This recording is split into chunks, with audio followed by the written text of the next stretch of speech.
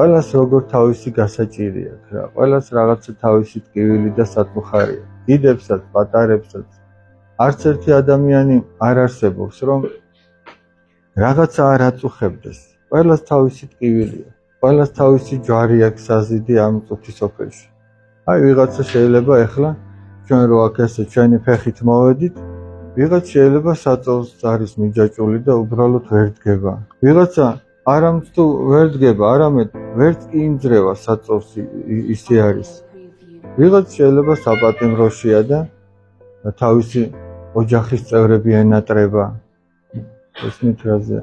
ვიღაცა შეიძლება შვილი ყავს ავად. ვიღაც შეიძლება საზღვარგარეთ არის და ჩამოსვლა უნდა, მაგრამ ვერ ახერხებს რომ ჩამოვიდეს, თავის ოჯახს დაუბრუნდეს, თავის კერას დაუბრუნდეს.